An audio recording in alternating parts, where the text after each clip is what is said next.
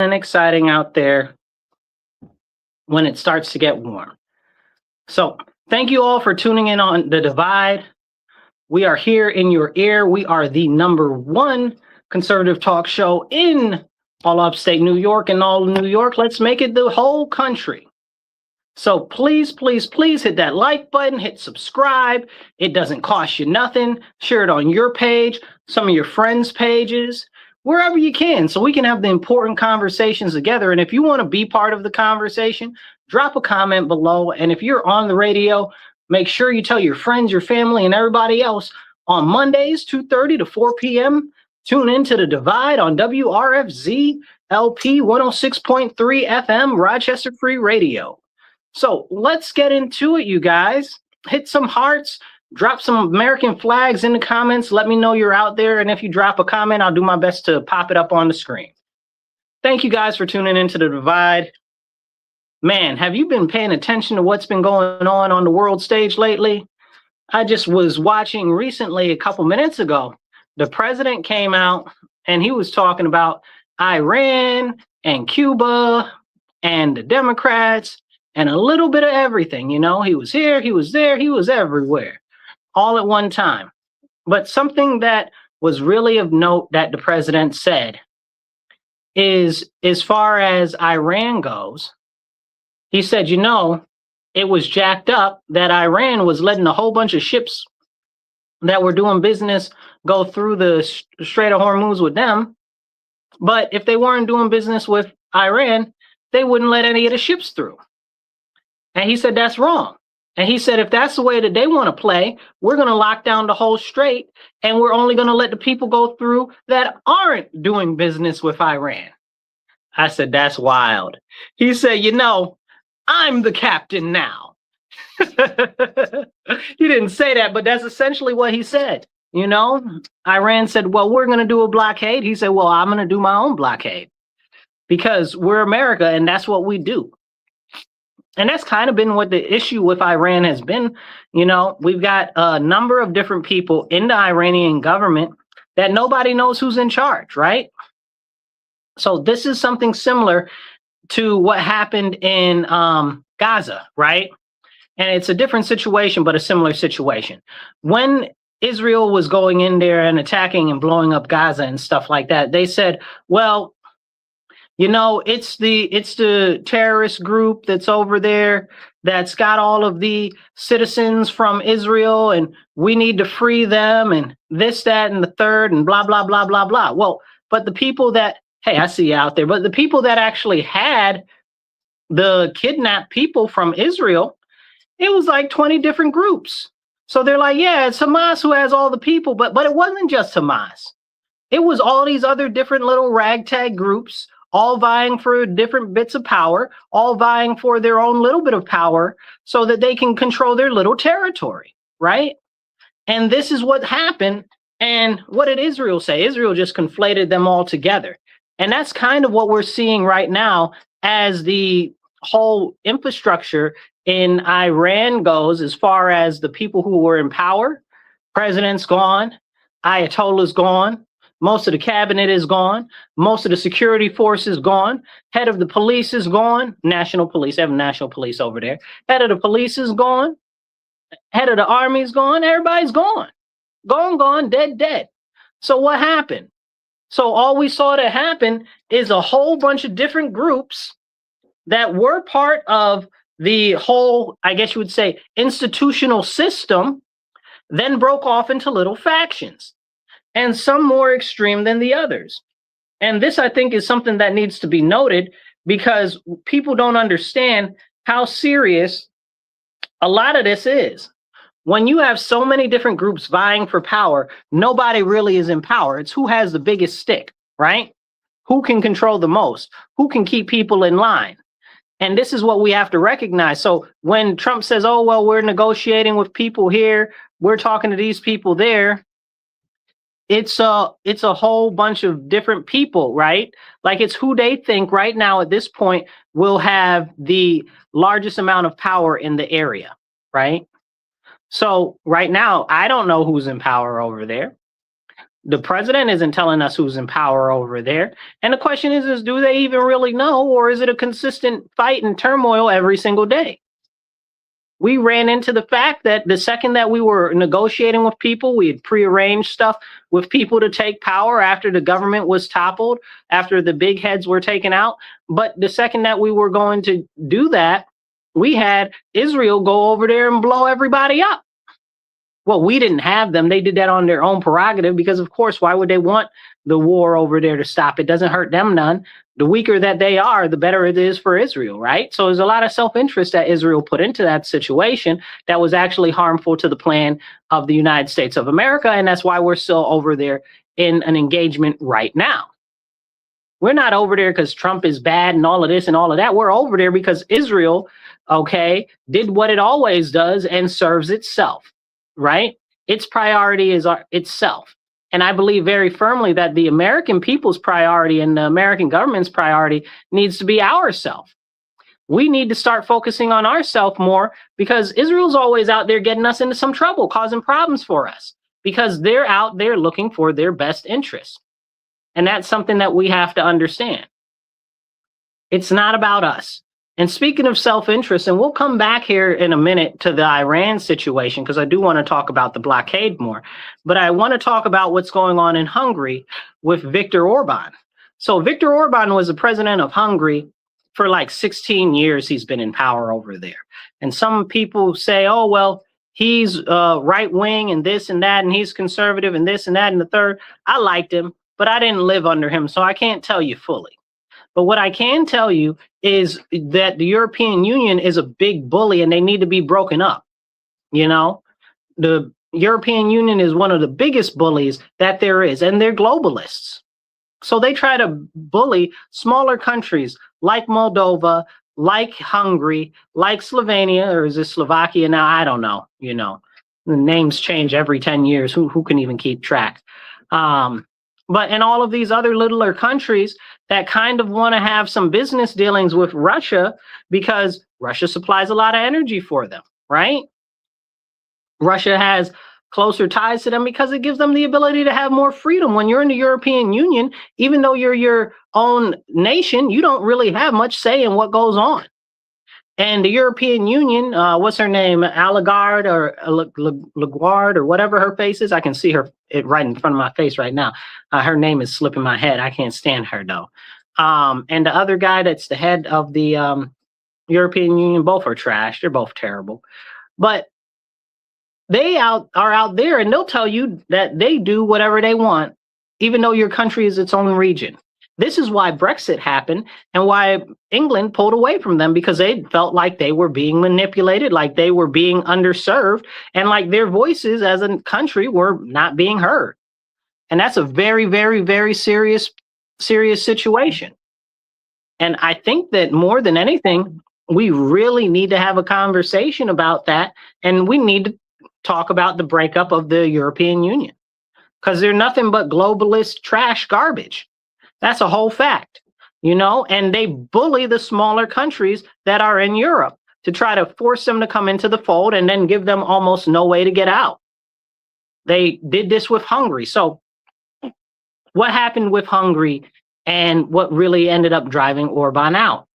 So you've got George Soros and that other guy, I forget his name, Herner, I can't remember how to pronounce his name, but it's like a German-Austrian name.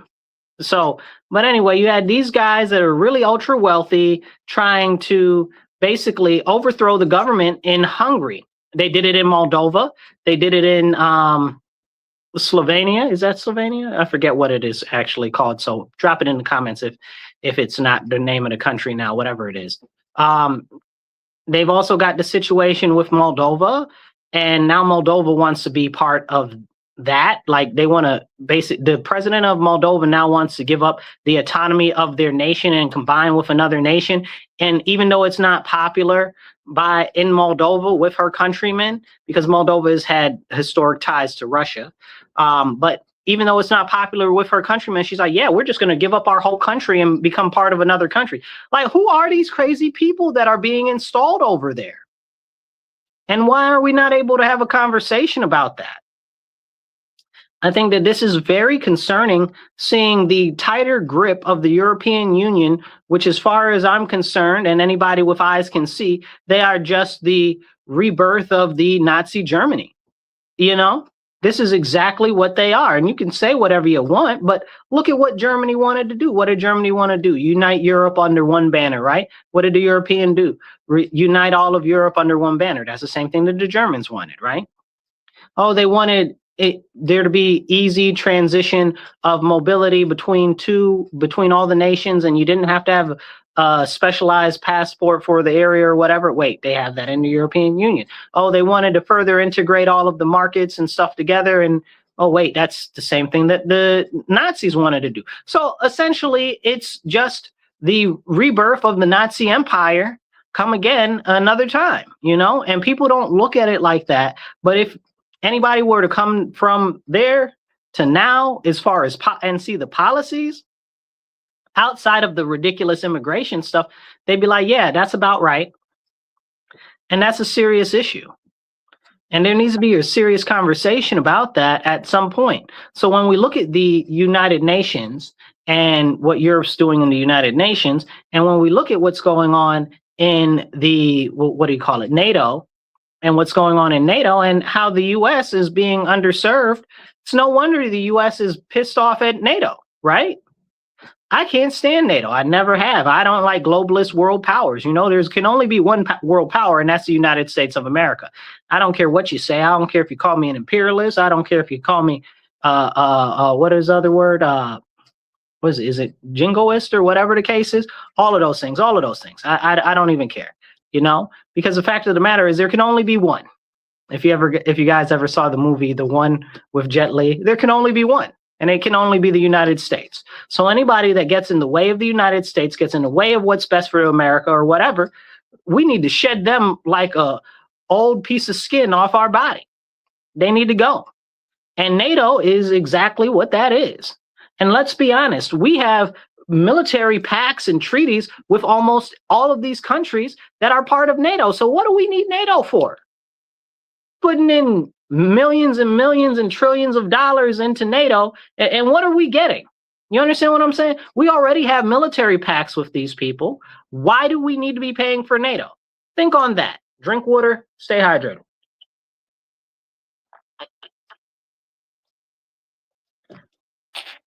Drop a comment below, and we'll try to pop it up on the screen as we go. Be part of the conversation. And we'll come back to the Europe thing in a minute, because it's going to matter once we dig more into this. So what we've got going on with the Iran situation and the blockade there is very interesting, right? Because, well, what is going on in trade? There's a lot of different ships that go through there, right? Doing different things and stuff like that.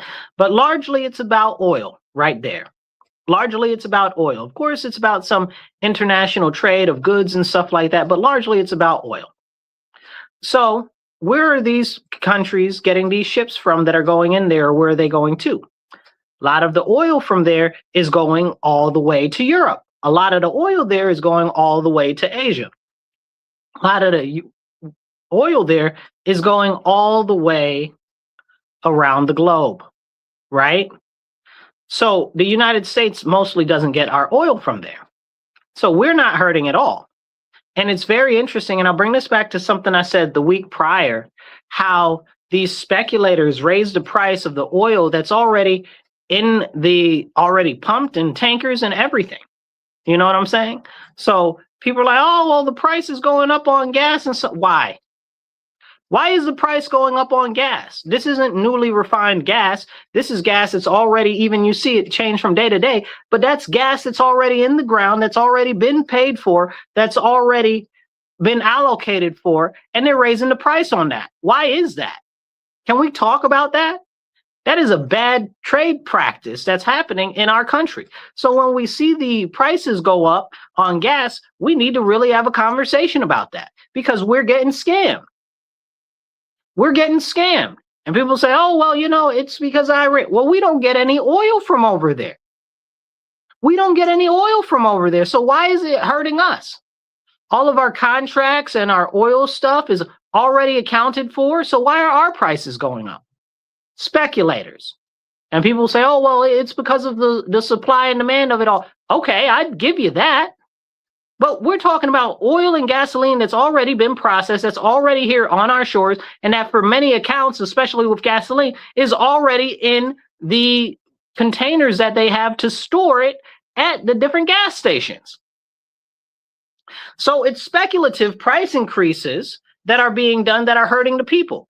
Now, I heard our governor here in New York State, who just says that she loves everybody so much, but clearly loves your tax money more than she actually cares about the prosperity of New Yorkers. Okay, so she got out there and did herself a little song and a dance talking about, oh, Trump's causing all of these issues with inflation and all of this prices with the gas and stuff like that. And Trump is a bad man. Listen, lady, I don't care about Trump because he's the president. You're my governor. You're in control of my state, right? My issues are with the federal government are largely from Congress, not the president. But my issues with the state are your contingent in the state assembly and the state senate, because you're all Democrats. You're supposed to run the Democrat Party, and all of you guys do is create more hard regulations for businesses, increase business taxes, make it more difficult to do business in New York State, and add tax on tax on tax on tax. And it was crazy because last year she said, oh, well, you know, we took a lot more in sales tax than we thought that we would. So we're going to give people checks back. Checks back? No, lady, don't give us checks back. Get rid of the sales tax. What's wrong with you? We don't want checks back. We want no sales tax. You understand? Like, this is crazy. Like, let me give you a middle obedience, okay, back so that you vote for me come November 2026. That's crazy. Instead of just getting rid of the state income tax, or getting rid, I wish, dream of dreams, state income tax gone, but getting rid of the sales tax, right? Lowering the sales tax.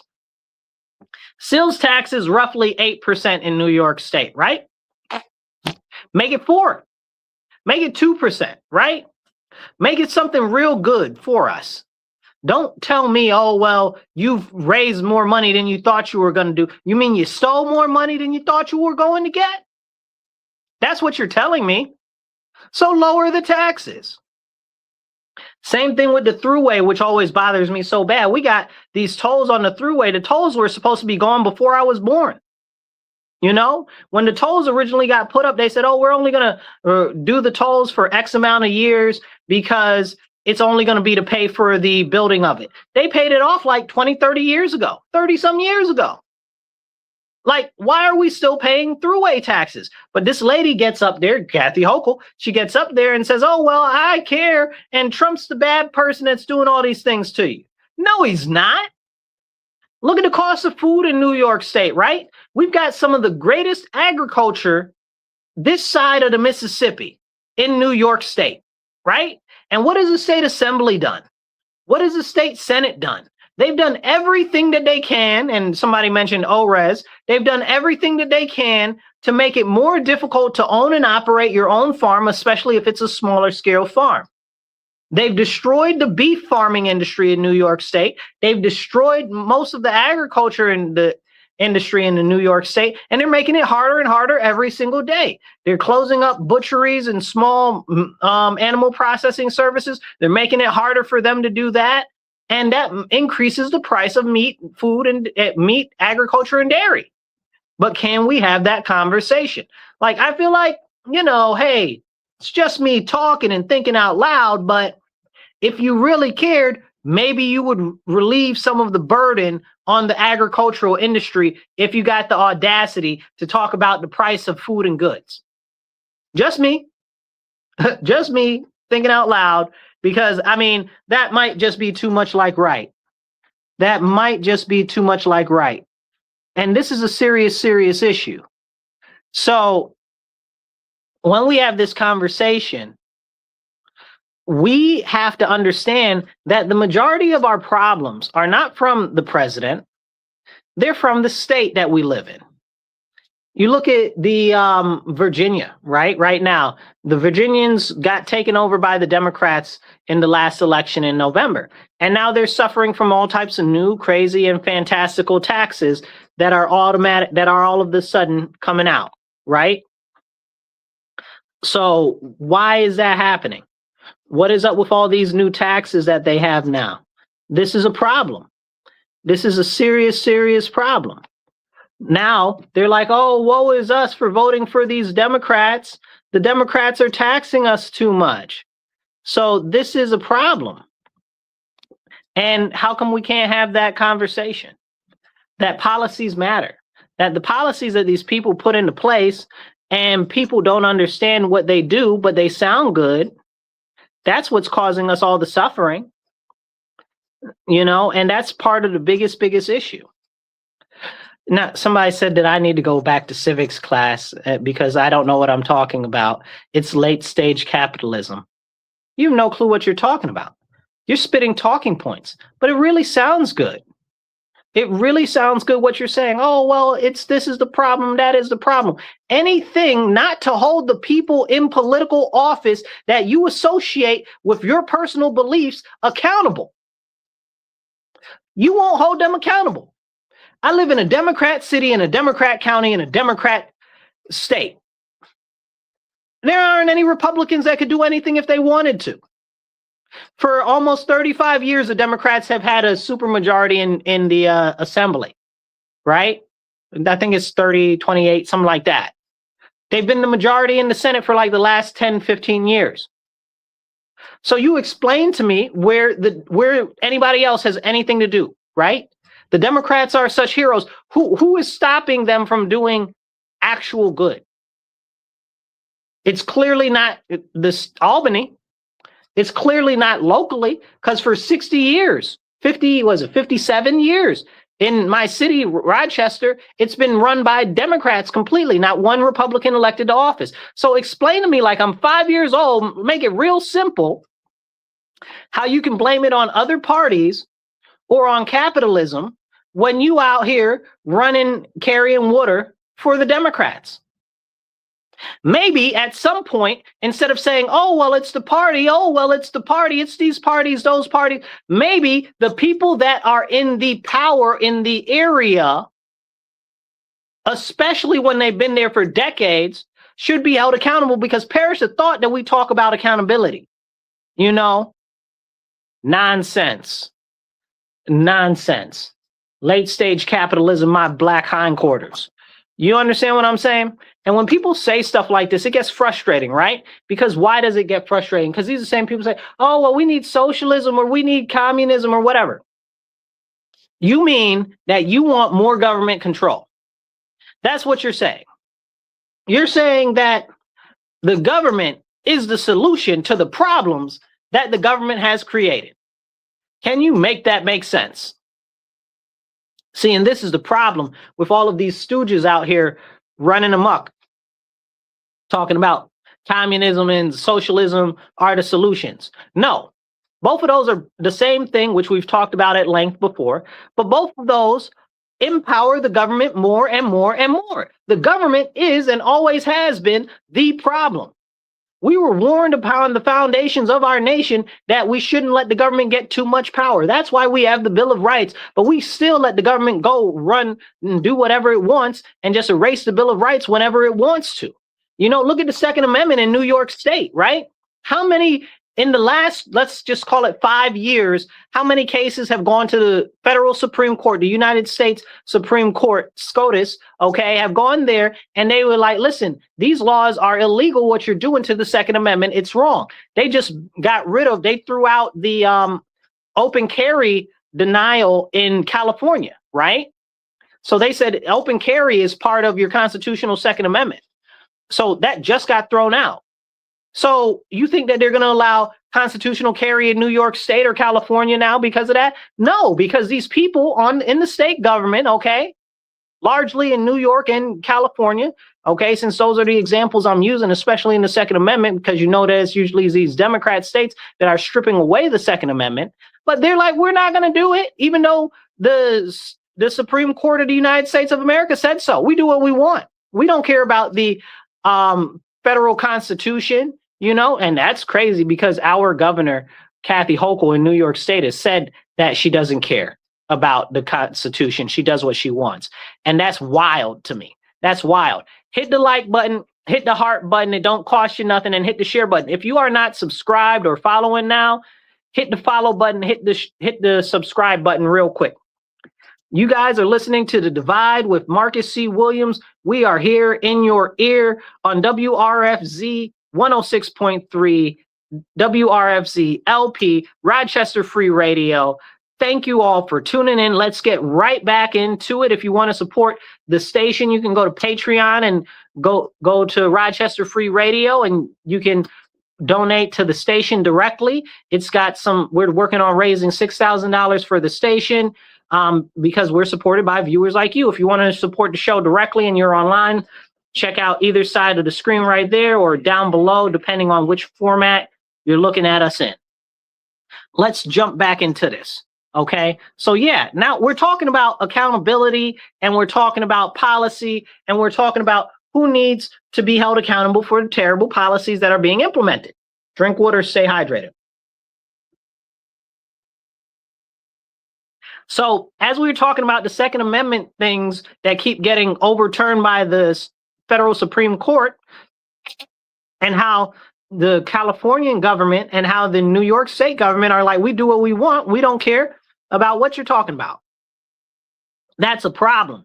And that should show you right there why government is the problem.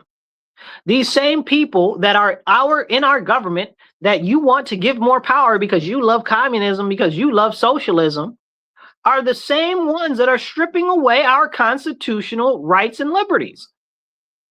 And let's be clear, that is a problem. We were warned by George Washington. We were warned by, Samuel Adams. We were warned by Benjamin Franklin. We were warned by Thomas Jefferson, even though Thomas Jefferson was a little more in favor in giving the government some power. But we were warned by essentially all the founding fathers of what happens when the government gets too much power. But can we talk about that? Can we talk about that? Somebody says that they left New York State because of the red flag laws and stuff like that. That's a serious problem. Don't get me started on that, because the red flag laws are unconstitutional. But more than that, they're not just against the Second Amendment. It's a legal search and seizure, right?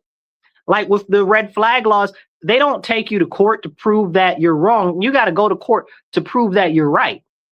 That's crazy. So they just take your stuff without giving it back. No court case or nothing. And then you got to fight with the state.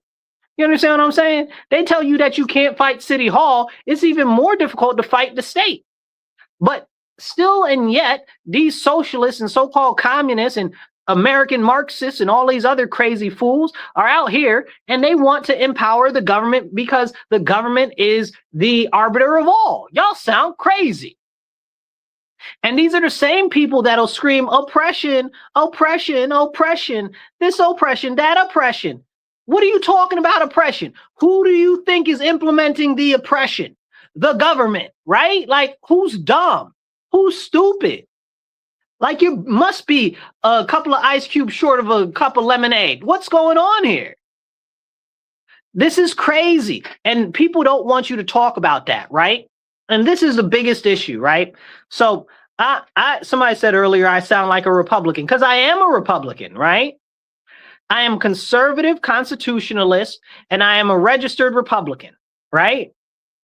So I don't believe everything that the Republican Party does. There's a lot of people in there I don't like. I saw Nikki Haley on the TV. We'll get to her in a minute. I don't like her very much at all. That's a separate conversation we'll talk about in a minute. But when I see the Republicans do something that I don't like, I stand up against that. Like right now, we've got Maria Salazar. I don't even got a tissue to spit into, but she made me want to spit. Her and Mike Lawler, okay, I hope both of them lose their seats in this upcoming election. They need to be primaried out of there, but I don't think either of them have any primaries right now, okay? Because they're out here talking about, along with 18 other Republicans, that we need massive amnesty. They're trying to call it the Dignity Act, but it's not the Dignity Act. It's to bend Americans over and bang them up the bum with no lube. So this is what we're dealing with. And these are supposed to be Republicans. pushing for mass amnesty, Republicans, small government people, borders and national rights and stuff like that. That's supposed to be what they are. They're not that. They're self-interested loons. Okay? Crazy people that just care about the dollars in their bank accounts and staying in power. That's all that it is. That's all that it is. We'll get to some of the comments in a second, but I see them coming in. That's all that it is. Because we look at what's going to happen if they put in the Dignity Act, okay? If they put in the Dignity Act, which is a bogus name for it, okay? If they put that in effect, it'll basically give massive amnesty to over 10,000 illegal aliens in this country right now. Excuse me, 10 million. The Dignity Act will give 10 million illegal aliens amnesty in this country. Is that what we're doing? I want every single last one of them gone. I want all 10 million of them deported. You understand what I'm saying? What do you mean you want to give them mass amnesty? I don't want them here. And people say, oh, well, that's xenophobic or whatever. Ain't nobody scared of them. Ain't no phobia here. I'm being practical. We look at the way the economy is. Like, everybody likes to cry about the economy. Democrats, Republicans, everybody, right? Like, especially if you're in the lower class or you're in the working class, people like to cry about the economy, right? You think the economy is going to be better for you if you've got more competition working against you to get the few jobs that are out there? I was watching this guy right now. He was talking about, he says, I got a master's degree and I've applied for over 300 positions and I've only gotten 7 calls back. 7 calls back he's gotten. He's got a master's degree and he's only gotten 7 callbacks. And he said he's down to the point where he's trying to apply for places like Walmart and McDonald's because he can't get a job anywhere. But he's got his master's degree.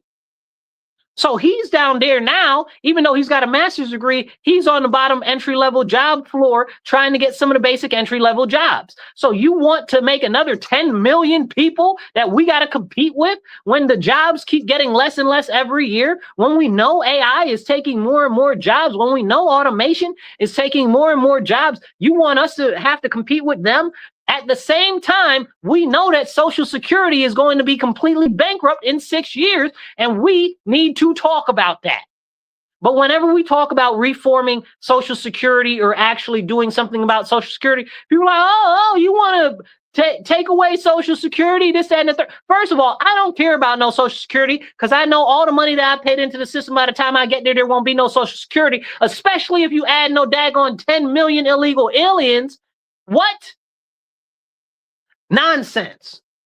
Then on top of that, what it also does in the so-called fake Dignity Act is that it allows it to be easier for more people to come into this country and stay in this country. I don't want them to stay. I barely want them here.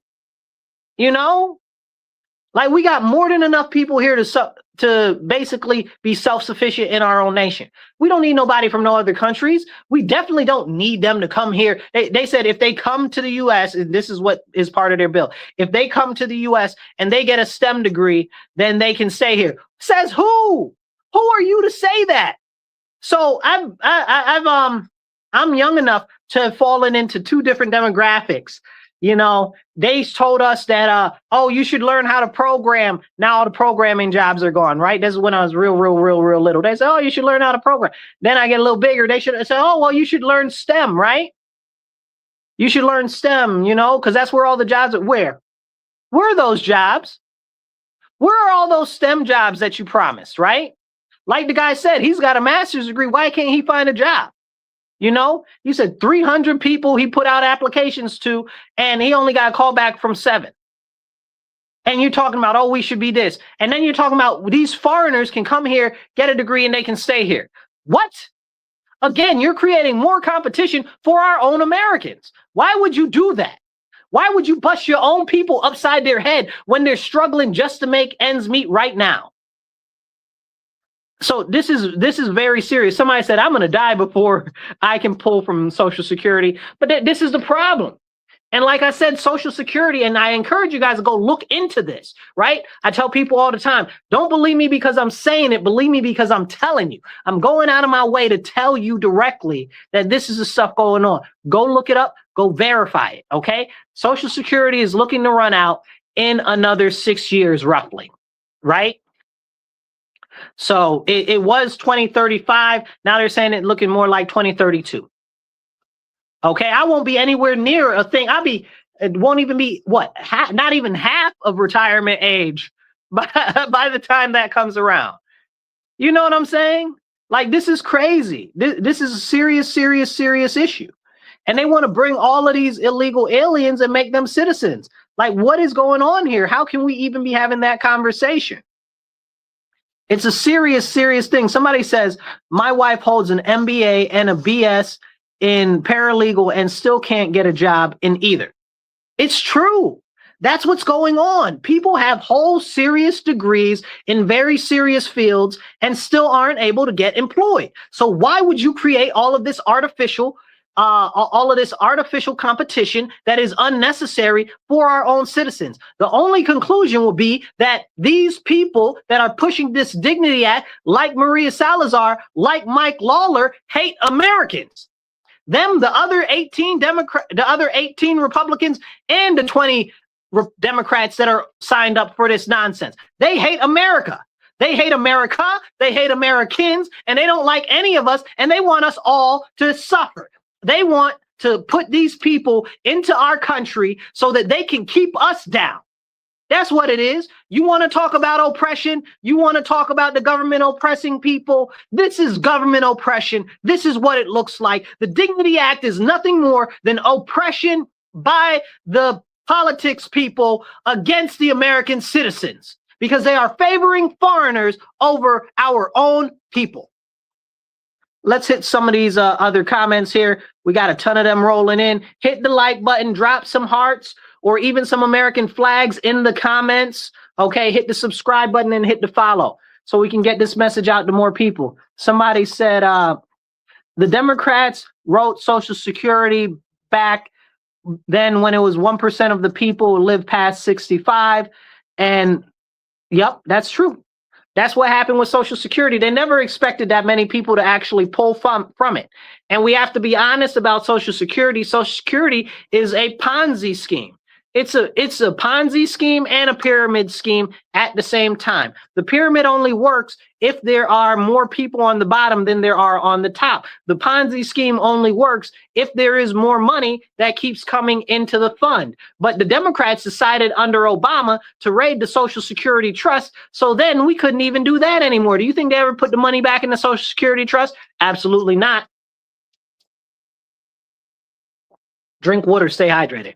So this is the problem. When they took the money out of the Social Security Trust and it didn't go back in, essentially what it is the Social Security Trust is an investment account, right? That makes more money, so there's more money for Social Security. And when you take all the money out of the Social Security Trust or start taking money out of it, that means you've got less money that you can gain interest on, which means that then there's less money to go around. Then we also have the inversion of the pyramid itself, which is set up because what's happened is they've told everybody to kill their babies because it pays them well, right? That's what they've been telling us for decades. Kill your baby, abortion, abortion, abortion, have an abortion, kill your baby, this, that, and the third. And people say, oh, well, abortion is a woman's right to choose. I'm not here to argue that with you. I'm not here to argue that with you. That is a very important topic to me. We can talk about that in another time. But when we talk about abortion and Social Security, I need you to understand that if there are not more youth in the marketplace working, then there are old people drawing off of Social Security. It is not a stable hierarchy. And then therefore there is not enough money being put into it, which means that it is going to collapse. And that is the point where we are now. You'll hear them say, oh, well, you know, we're not having enough babies. We're not having enough babies. Well, what do you mean we're not having enough babies? You put everything in plastic containers. You got rid of the glass. Okay, the plastic is causing all types of fertility issues. You're making sure that all of the females are on SSRIs, okay, all these antipsychotics and stuff like that, okay, which makes them either not want to have sex at all and not want to have children at all, or it makes them attracted to effeminate sissy boys. Like, can we talk about that? Then you've got all of the abortion chemicals and all of the, what do you call them? The birth control drugs and stuff like that going into the water system, which there is not one water system treatment plant in the US, as far as I know, that filters those things out of the water system. Okay? So if you were to go get a cup of water from your faucet right now and you were to test the water in your faucet for birth control, you'd have all types of birth control in there. That's the problem. And you're like, oh, well, why aren't people having enough babies? Because it's all of this is tied together. All of this has been done on purpose. Then we've got all of the different radio frequencies, everything, 5G, this, microwave, that, this, that, and the third, blase, blase, blah. Multi-fabric, multi-threaded fabric, polyester, and this and that and the third, and blah, blah, blah, blah. Because, cotton just wasn't good enough for the United States. We had to find a way to make things out of oil and plastic, which oil makes plastic, if you didn't know. Everything, all these crazy haters hating on oil must hate plastic when 98% of everything in the world is made out of plastic right now. But we can't have that conversation. But all of these different multi-fabric things, because cotton just wasn't good enough, right? So, and then that causes issues with the ability to have children and stuff like that, and fertility. Then don't even talk about all of this stuff with the pesticides and stuff that they spray on the food. Can we have that conversation? No, they don't want you to. Which I'll chime this in. The EPA just said the other day that they're going to be looking into a lot of these chemicals and birth control things that are going in the water and how it's not being treated and not coming out of the water. And they said a couple of other things too, but we talked about that last episode. But yeah, so they're going to be working on that. I don't know if anything will ever happen or materialize off of that, but they're talking about doing something about it. So that's something, at least they're talking about it. I don't know if it's going to actually do anything, but that's a really, really important conversation. Somebody says, do you know that the Republicans have been stealing from Social Security? Where? What? How? Explain it to me like I'm 5. Make it real simple. Show me where, show me how. I've already said very much so before, even in this whole episode, the whole government is the problem. You're telling me something with an absence of evidence, okay? And I'm talking about stuff that I can show you actually in policy. So I have no clue what you're talking about, but these type of people do this type of stuff all the time. They want you to justify everything you're saying and prove everything that you're saying. There's a special word for that. It's called sea lioning. That's what it's called, sea lioning. Go look it up. It's crazy that there's an actual word for that. And sea lioning is when you're making statements or you're making your case and people are like, oh, well, where's your evidence? Oh, well, you've got to prove this. You've got to prove that. And no matter how much information you give them, no matter how much you say, they try to say, oh, well, you got to prove yourself more. That's what these people are, sea lions. Okay, that's what this dude is over here. Might be a lady. I think it's a man, though. But who knows these days, Anyway, so we got a whole bunch of stuff going back to this whole situation with the Social Security and it being about to be up. So these people want to let almost 11 million people have amnesty. It's the 10 million, then it's a whole bunch of other ones that are either working or have like different degrees that they've obtained in the United States. And this is a serious issue. We just aren't able to absorb that many people. We're not able to provide for the people that we have right now. Speaking of Social Security, I want to talk about the other social services. We look at SNAP. We look at other things like housing vouchers and what do you call it, HUD and stuff like that. Section 8. We don't have enough for our own citizens, our own people. And people are still out there struggling with homelessness, foodlessness, and all of these things that we see every single day around us. And those aren't being addressed for our citizens. But you want to bring more competition to spread us even thinner. And we've seen it with all of these illegal aliens over here, especially in New York State. I don't know where you're from or where you're watching or listening from. But if you don't live in New York State or one of the states that gave all of these illegal aliens all this money, I don't know what to tell you. But just don't tell me that they're not getting money from the government, because they are. In my state, New York State, okay, they allocated $3.4 billion for illegal aliens in our state budget last year. That's just one set of funding, and that was specifically for them. It wasn't for new Americans. It wasn't for people that were coming over with visas. It was specifically for illegal aliens, not for the American people. And that's crazy, because that doesn't even include the other billions of dollars that they gave to New York City to shore up the housing and stuff for the illegal aliens. And it doesn't include anything in relation to the staff or the school programs and all of that they're giving for these illegal aliens, like the new pre-K and daycare that they're doing in New York City. That's for all these illegal aliens. Like, what do you mean? Why are we paying for them? Let their own country pay for them. Send them all back, drop them all out of plane, get them a parachute, and let the people go where they may. You know, like, this is serious. Like, we need to be looking out for our own. And a lot of people are like, oh, well, that's not happening. And just the other day, excuse me, I got to spit because it made me so disgusting.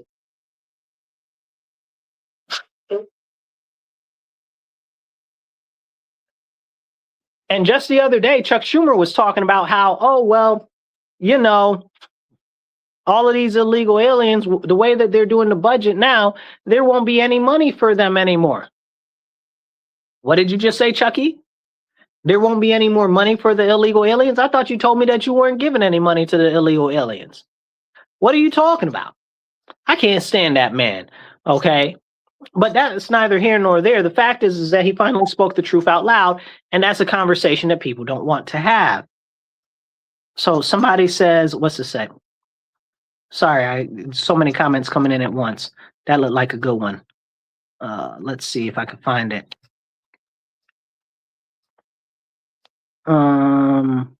Somebody said your Republican dad voted to give them amnesty.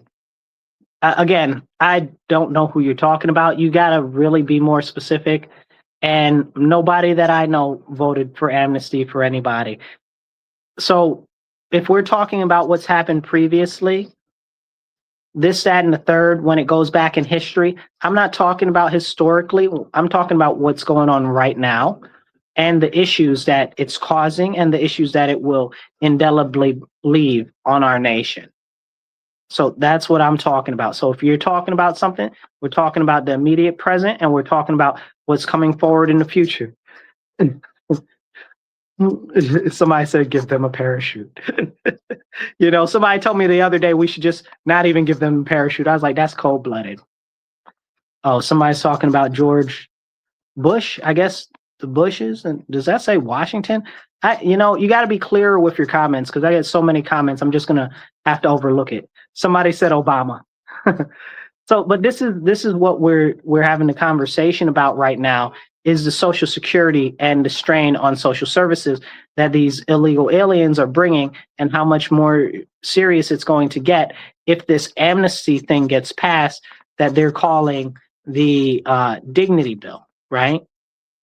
So the issues with the public assistance is not only that, look at all of the fraud that we just saw going through Minnesota, or the fraud that we just saw in California with all of the healthcare agencies, or the what do you call them, the daycares, or the hospices, or the what do they have? The ones in New York City where they have the adult elderly living centers.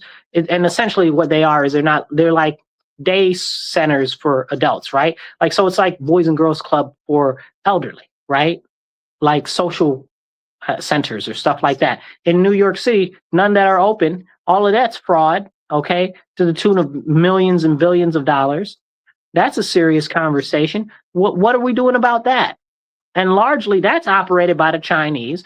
You got the Chinese in California and what do you call it? The Eastern Europeans in California out there operating most of the corruption out there. Then you got the ones in Minnesota, all the Somalis, you know? And that doesn't mean that there aren't other people out there. That just means that there are large groups of those individuals that are out there that are doing this. So this is very, very, very, very serious. And we need to have these conversations. But it's scary because people like to try to cop out and say, oh, well, this isn't an issue. That's not an issue, whatever, whatever, whatever. Okay, it might not be an issue for you personally directly, but it doesn't mean that it's not an issue for all of the rest of us. And it doesn't mean that it's not a very serious thing that we should be talking about. And that's really, really, really the biggest issue. Now, I do want to go back. Is this the one that I was looking for? Yep. So here's one. This is a good one. I can't read it because the screen is too small or whatever the case is. Let's see. It says Planned Parenthood was put on the Black communities because Democrats wanted to kill Black babies to control the population. Now, this is well known and this is well documented, but they don't want you to talk about that when you talk about abortion and you talk about Planned Parenthood, or you talk about the founder of Planned Parenthood, who was Margaret Sanger, who not only said openly that she wanted to push and promote abortion because she wanted to get rid of the Black race. Her husband went down in Puerto Rico and did horrible, terrible testing on the Puerto Rican women down there, okay, causing sterilization of thousands of Puerto Rican women intentionally, not even letting them know. So this is what goes on when we talk about abortion, right? Like, and again, I'm not debating with you whether or not abortion is a good thing or should be stopped or anything like that, because abortion is murder straight up. If you are okay with murdering an innocent life that has done nothing, that is something on your personal soul that you are going to have to take. May you be judged for that, okay? Because that's crazy, wild. That is so many people's defenses. I can't get behind that. But if you believe that murdering an innocent life is your prerogative, that's what you believe. Just don't try to sell me any other lies surrounding it. Oh, it's this. Oh, it's that. Oh, what about this? Oh, what? And I'm not trying to hear none of that. You like to kill innocent people. I got you. That's all. Now, when we talk about the conversation that we're having here, because it's not about abortion, it's about the fact that they promoted abortion, which killed off, I think we're at something like, since Roe versus Wade first went in place, something like 70 million almost babies murdered. 70 million. What do we got? A population of 320 million, maybe? So if all of those babies were murdered, how much more people would we have that have been born, right? If you think, just take half of that, right? Say maybe 25 million people had babies. You say, just divvy it up, 25 million, each one had one. And then you're talking about another 25 million people, right? But we're talking about for decades, this has been going on. So how much more children? Because children happen exponentially, right? Because two people have 2 or 3 people, or whatever the case is. How much more could we have had as far as population goes? This is a very serious conversation, and it's very much so worth being had. We need to make sure and understand that we need more people. Like, that's it. We need more children. We need more American children, like real Americans, not these foreigners that come over here, have these anchor babies, or they rent a womb and they buy a baby. Like, that's a whole nother conversation. The Chinese are doing that something fierce here. So are the Indians, which is weird because the Indians haven't traditionally done that because they just got so many people already. But that's a little bit of weird thing that I'm starting to see from them. All right. That's something at some point somebody should look into that. I don't know what's going on with them, but I don't think I trust them too much. But the Chinese are doing that. And that's a serious problem. That is a serious, serious problem. And we've got the birth tourism, right? Like, people get pregnant, then they come over here and then they have babies, and now they're citizens, and now they try to bring all of their rest of their family over because it's an anchor baby, right? And this is what the problem is. And we need to have these conversations because none of it is actually benefiting the American people. How is that benefiting the American people? That's not benefiting you. That's not benefiting me. They don't share our values. They don't share our heritage. They don't share our lineage. They don't share any of that. They don't share any of that. And I very firmly believe that nobody should be in any sort of a public office if they are not at least third generation American, because they need some ties to this land. They need to understand how our American collective culture is. And all of these people out here promoting all of this nonsense, oh, well, it's the differences are our strengths. You're an idiot. You're an absolute fool, crackpot. Okay, differences are our strength. You sound retarded.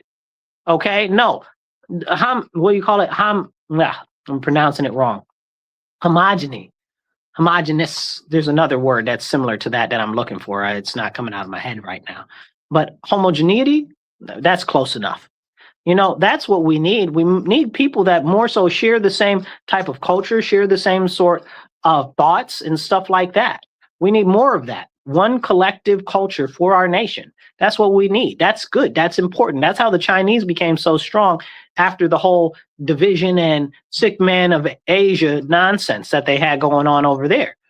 It's also how they united Japan, Japan became united. You know what I'm saying? It's also how all these other countries and stuff like that built empires and stuff like that became united.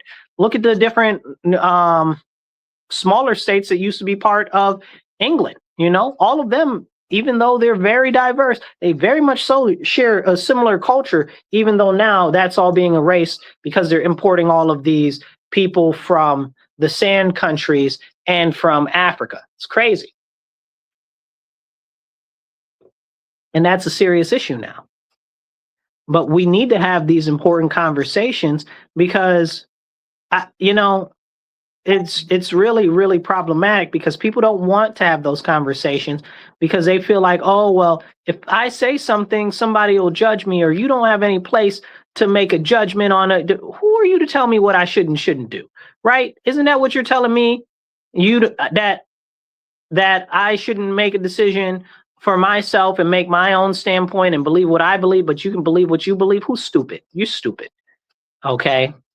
So that's ridiculous. Somebody said something about 40 acres and a mule. I guess I missed wherever that part of the conversation is coming from. But that should be another part of the conversation. And we'll get back to some of these other conversations in a second. But that 40 acres and a mule, you guys, hit the like button, hit the share button. It don't cost you nothing. Hit subscribe and hit follow. Okay.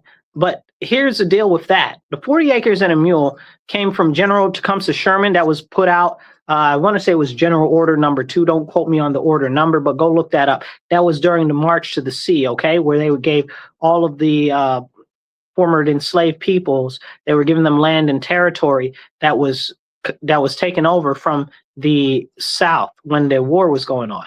So then they had, was it Andrew Johnson or Andrew Jackson? I always mix those two up because they're so close together. I believe it was Andrew Johnson, okay, who did the Reconstruction. And again, Democrats, they got rid of the 40 acres and a mule thing. That was a real thing, you guys. There really were reparations that went out from the Republicans. That's why when we have this conversation in relation to reparations, I always tell the Republicans, we need to be on top of this. We need to be owning this conversation because it's something that we promised. It was something that we implemented, and it was something that the Democrats took away. And there is nobody in this country more American than Black Americans. And you'll say, well, Marcus, what about these people, those people? No. Let me explain. There's nobody more American than Black Americans, simply put, because we don't have any other land. Black Americans only have America. We don't have any ties to Africa or lineage in Africa. You can't tell us that we're from any part of Africa, even though people say, oh, well, you should take a DNA test and shut up. Don't be stupid. Everybody's from Africa at the end of the day. Isn't that what they say? So even the Scottish, you should tell them they're from Africa. Go back to Africa, right? But anyway, again, Black Americans, we only have this land. They say, oh, well, Black Americans built this land. That is very true. In the first manner and in the second manner, especially after the Reconstruction, when Blacks went to the Northeast and around where what we now have is the Rust Belt, but used to be the Industrial Belt, okay, and did all the jobs and built all of the buildings and stuff like that. Okay, so that is true. But there's no more integrated than Black Americans. And what do they try to do to Black Americans? And this is the important part, so hold tight, don't drop off. The important part is look at how they do Black Americans. All we know is this land. All we have is this land. And what do? Consistently try to beat us down and try to erase us, right? They try to erase our lineage. They try to erase our heritage. They try to erase the richness of endeavors and innovation and things that we have done in this nation to tell us that we are not just disadvantaged, but we are oppressed. And that's what they tell us. So when you look and you say, oh, well, that's what they're saying to Black Americans. Well, it's no wonder why they beat up on the white Americans the way that they do too, right? Because if Black Americans only have America, and now the white Americans are not WASPs anymore, it's not white Anglo-Saxon Protestants, okay? It's everybody, right? Italians, the Irish, Scottish, the everybody that looks pale, right, is considered white. Even the Spanish people are considered white, right? So you look at how they do Black Americans, and then you wonder why they do white people the way that they do. Because y'all let them get away with it with Black Americans. And now you've got people out here telling us that, oh, well, if you're a heritage American, you're not more American than everybody else. Why are they saying that? Why are they putting that out there? Because these same people are the people that want to bring all of these foreigners and illegals here and stuff like that and promote the disambiguation of what is America. They want to strip America of its Americanness. I just made that up, but that's the way that the word works now, isn't it? Okay, so that's what they want to do. They want to strip America of its Americanness. You know, no more apple pie, no more baseball. You know, they don't want any of that. Which we could talk about apple pie or baseball and how baseball has been going away for some time, or how the Bible is integral to the United States of America and how they're trying to do everything to take that out of everything. And they're trying to make it so that you don't actually preach the gospel or anything like that. Again, all of this stuff is roots that are buried deep within the foundation of our nation that they're continuing to try to erase and chop up and destroy because they hate America. These people hate America. They only care about themselves. They only care about power, and they only care about self-righteousness. Okay. And it's the lot of them, right? So it's not just the people, the crazy socialists out on the street or the communists or the left. It's also a large number of an amount of the people that are in politics, period.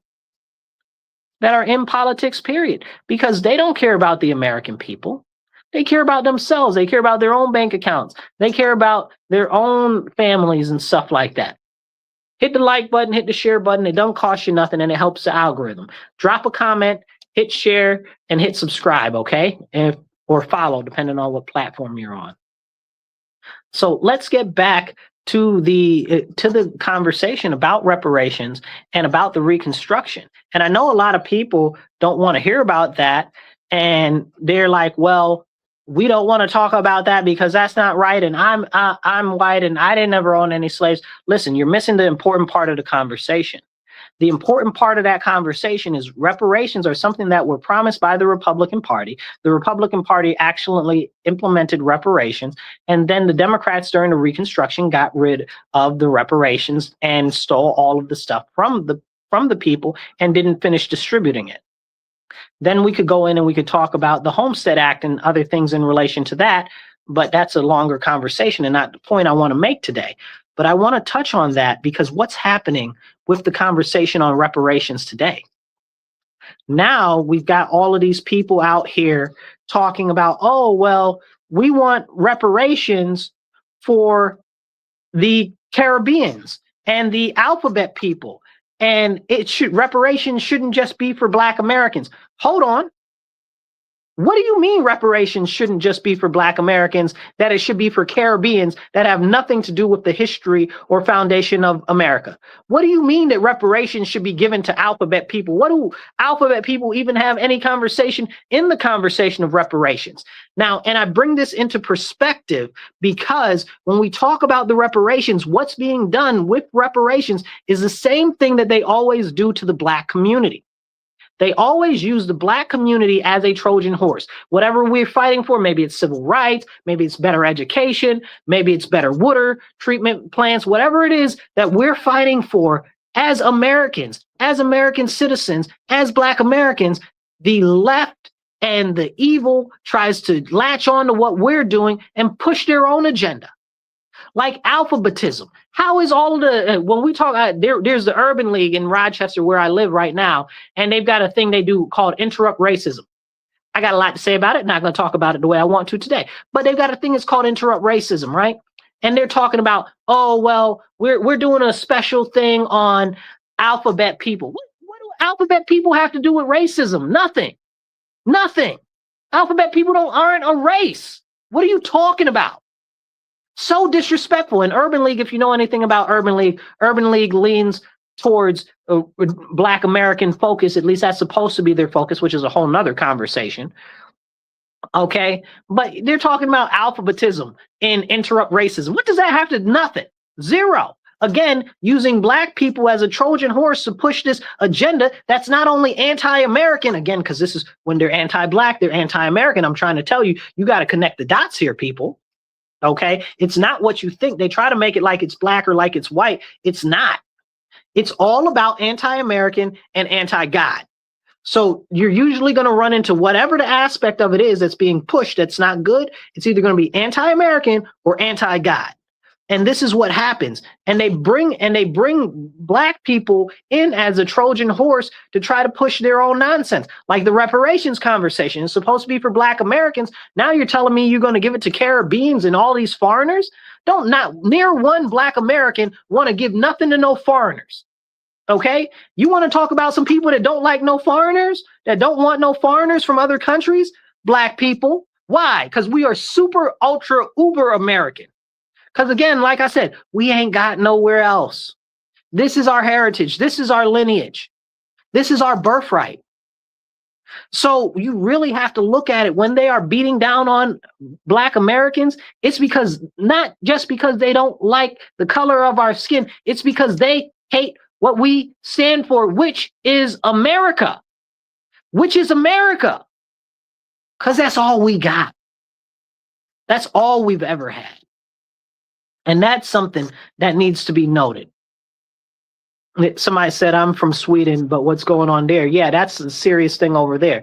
And when we talk about what's going on with this push for them to say, oh, well, everybody should get reparations and this and that now. Why are they doing that? Why is it happening now? Like we were talking about earlier, all of the social services are overwhelmed. All of the Social Security is about ran out another 6 years if you're just tuning in. And why are they pushing this all of a sudden? Because they're trying to push universal basic income. Excuse me. And I've talked about this before. Originally, I was in favor conceptually of universal basic income, right? Years ago. But then I saw what the government started to do around the concept of universal basic income. And even though we have this nonsense that's going on with the, how can I explain it? That even though we have all this nonsense going on where they're trying to push all of this AI and automation and stuff like that, we're not going to have enough jobs to support everybody. We already talked about that. They're not having enough kids. They're not having enough of the people that are going to be able to have jobs. We're not having enough of any of that. So then what's going to end up happening? What's going to end up happening is that we're going to have no choice, because either we're going to have a massive amount of the population that has no jobs because Americans have no wealth. We don't have homes. Everything is taxed to death. So you can own your own home. You can own your own this. You can own your own that. You got to register this. You got to pay the re-registration for that. You got to update this. You got to pay the taxes and pay the insurance on that. You never really own anything in America anymore. And that's part of the real serious issue. Drop some American flags in the comments, hit the subscribe button, hit the follow button. It don't cost you nothing. And drop some comments down there. I'll try to put them up there. Okay, because we got a lot coming in and I'm going to try to get to most of them. Now, as we have this conversation about what they're doing and the bastardization of universal basic income, I need you to understand that all of this is a play against our nation. It's all against our nation. We need it, but the reason why they're trying to push it for everybody now is because they don't even want universal basic income, because the universal basic income is supposed to be for everybody. Everybody. What they want is GBI now. They done made up a whole new term. GBI, right? What the heck is GBI? Okay, guaranteed basic income. Well, why isn't it universal basic income, right? They like to scream universal healthcare all the time. Well, why isn't it universal? See, these are the conversations that we need to have. Because all it is them trying to find a new way to control the people even more and even further. And to that note, I'll point out how earlier I was talking to somebody about the energy situation in New York State and how they're purposefully making the energy more and more expensive because cheap energy helps the working class and helps those in poverty. And people don't understand that. And they're like, oh, and some people, especially on the left or on in the Marxist categories and stuff like that, or to save the planet, save the whales people, okay, they always say, oh, well, you know, the solar panels this and the solar panels that. Okay, I hear you. I completely disagree with you, but you have to ask yourself, why is New York State shutting down energy plants if they don't have enough capacity to actually offset what they've shut down? They shut down nuclear plants. They shut down natural gas plants, which, by the way, you guys, we get over 52 to 53% of our electricity in New York State comes from natural gas. And we have an abundance of natural gas in New York State, but they're shutting down natural gas plants, and they've forced all of the permits for natural gas drilling in New York State are essentially stopped completely. So can we have that conversation? Why are they doing that? It's about power and control, and it's because they hate you. They hate America. They hate Americans. They hate our way of life. They hate that we have a little bit of independence, that we have a little bit of freedom. What did Mandani say? He wants to get rid of the rugged individualism. They're telling you exactly what they want to do. They hate you. You got to wake up. I can only tell you what they're saying in their own words. Because they're what they said, when somebody tells you who they are or shows you who they are, really believe them the first time.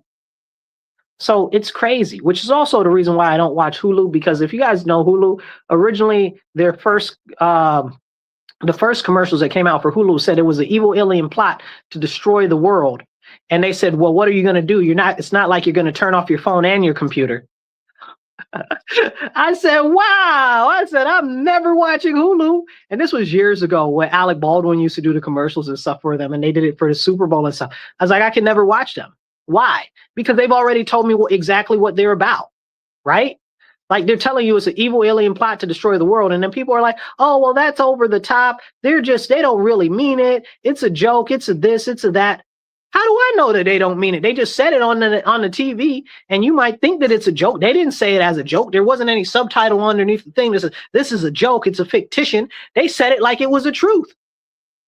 They might have made it a little, like a little more animated as far as boisterous, a little bit of hyperbole in there, but they said that. Why am I not going to believe them when they say it? Because now they say, oh, well, our programming kind of softens your brain and it distracts you from everyday life and stuff like that. And it doesn't completely rot your brain. It just softens it and makes it more impressionable and stuff like that. Like, this is what their commercial said. You can't ever mess with them because they done told me what they're about. And I equate that to exactly what's going on right now with these communists and with these socialists and with these leftist Democrats.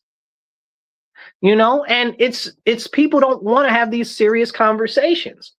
Now, you explain to me how Republicans started with the reparations, the Democrats got rid of reparations, and now Republicans are letting Democrats run the conversation in relation to reparations and don't even want to have part of the conversation. Make it make sense? I don't know. These people out here scary.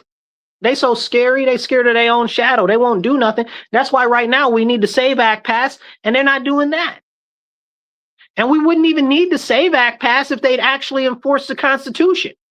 Perish the thought that we actually have elected officials that stand up for the Constitution. Ridiculous nonsense. But are they passing it? Where's the SAVE? Why isn't the SAVE Act passed yet? What's going on? We already know that all the Democrats hate Americans. We've already established that. So where are all the Republicans? This is the problem.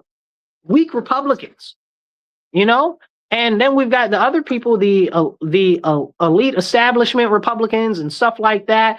And the, what do you call them? The technopathocracy, which is a good term. I don't know if that's a real word. I might have coined that term. I'm probably the first person to really coin the term technopathocracy. Technocracy is the people where if there's one group in power, the group that's in power are supposed to be the proverbial experts of everything.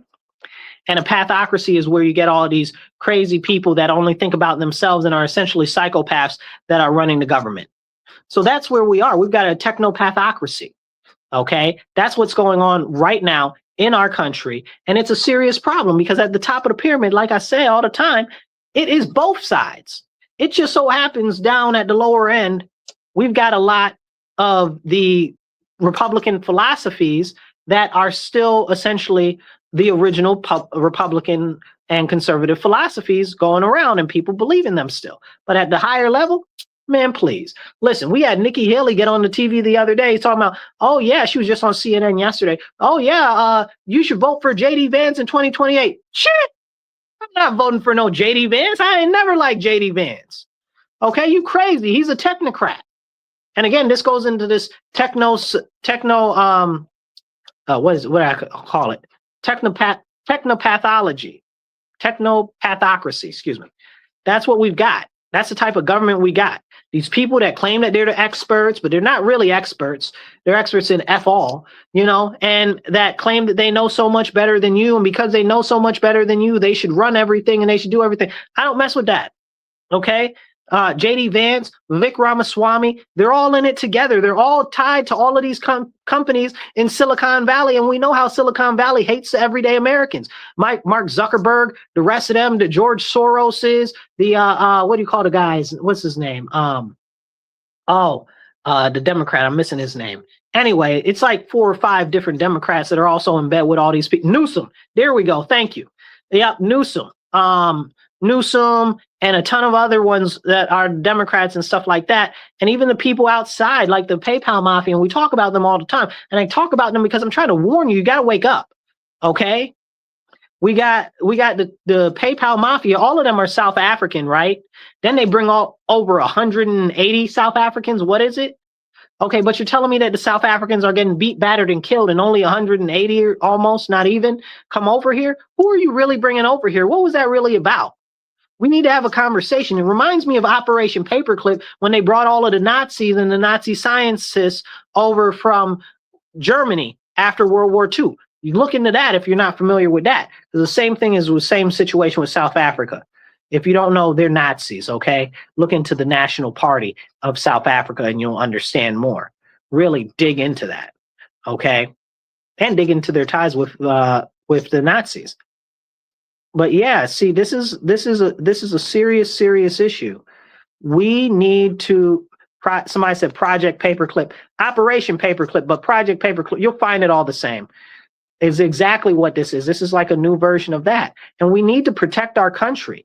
You know, and people are like, oh well, you don't like foreigners or whatever. I don't care what you say. I don't like or do like. I tell you who I do like. I like Americans. I like America. I love my country. I love my people.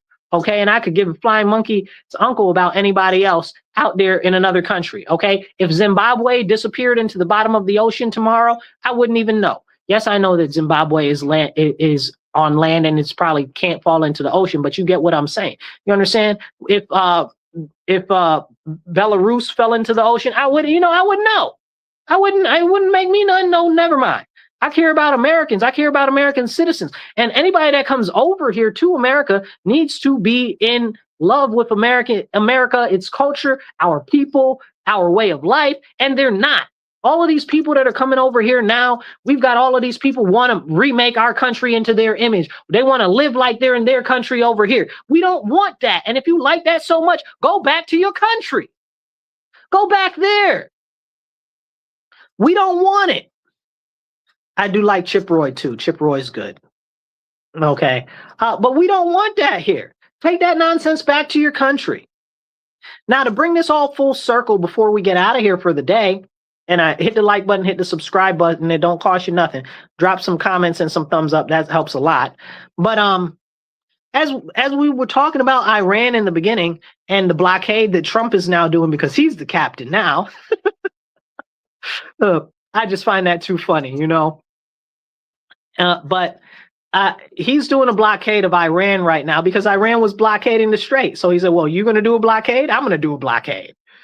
So this benefits the United States because we're doing so much drilling for oil and gas in the United States right now. Now we're selling it to the worldwide. We're becoming a worldwide supplier. Before this happened, we were one of the largest suppliers of oil and natural gas in the world. Now we are the largest supplier of oil and natural gas. And if we actually invest more into oil refineries in this nation, they just authorized one to be built, I think like the first one in 50 years or something like that, down in Texas, okay? If we authorize more refineries, then we can lower the price of gasoline and oil and propane and butane and all these other products that we need here, even plastics, right? Because all of that has to get processed. In New York State, I always complained to Kathy, she talks such a big game, the governor. If she really cared, she'd push to restart a refinery here. We probably have to rebuild it because all of the refineries are torn down. I think the last refinery we had open in New York State was like in the 80s. So we need new oil refineries. We need all of our stuff here in the US. So this blockade just shows us how important it is to actually manage our own stuff here at home first and focus on our own stuff here at home first. Some of these oil and natural gas companies are about to make a beautiful buck, okay? But the American people, not so much, because we don't have enough natural gas capacity or oil capacity or refinement capacity in the US. We also have the Jones Act, which prevents us from having ships that are from foreign flag to deliver stuff at other ports that are in America. So if that's the case, we need to build more ships. Why aren't we building more ships? What's going on with that? That's a good job. People can do those jobs. You know, there used to be shipbuilders and stuff like that. Why don't we put a push for that instead of for STEM and all of this other nonsense in the programming and stuff, which clearly isn't here, which I'm sure at some point ship automation will get, building will get automated, but we should be doing that. We need it. The transport of goods and stuff like that, because that's not only locally and inside our nation, that's also domestically, I should say, that's also international stuff that we should be doing. There's all types of advantage that we can get under this administration because of what they're doing. And people are like, oh man, I hate this guy. I hate this guy. Listen, there's a lot of policies. Like I just said, I don't like anything that they're doing with Palantir, which like they're doing the reauthorization of one of the Palantir programs that's called SNAP. Please go look into that. I don't have time to explain it. So Palantir program, it's for the IRS. It's called SNAP. It's big, big bad. Okay, they're trying to reauthorize it today. I didn't realize that was happening. I found that out last night. But anyway, if you're listening online, hit the like button, hit the share button. It don't cost you nothing. I got to get ready to get out of here for the day. Stay tuned. We got some other shows coming up, and you'll see some more of my shows if you're on my YouTube or my Facebook. You guys be blessed and be well. Remember, stand up, speak up, and don't shut up. Take action. All right, everybody online, I love you guys, and we do need to have these conversations. They are ever so important. So if you want to support my work in the show, on either side right here, you can see you can do PayPal. We've got PayPal. We've got, it's MW Real One, $MW Real One. If you want to drop something on PayPal, if you want to drop something, if you want to drop something on Cash App, if you want to do PayPal or Venmo, it's at Marcus C. Williams. And I appreciate anything you would do to help out the show and help out what we're doing. Because airtime isn't free, and we're trying to do more so that we can get the word out there more. We will be doing some more episodes. The Elephant in the Room, my other show, where we do the interviews and we really dig in deeper into stuff that's going on, is coming back soon. It'll be back the week after next, so stay tuned for that. And I'll catch up with you guys soon. Be blessed and be well.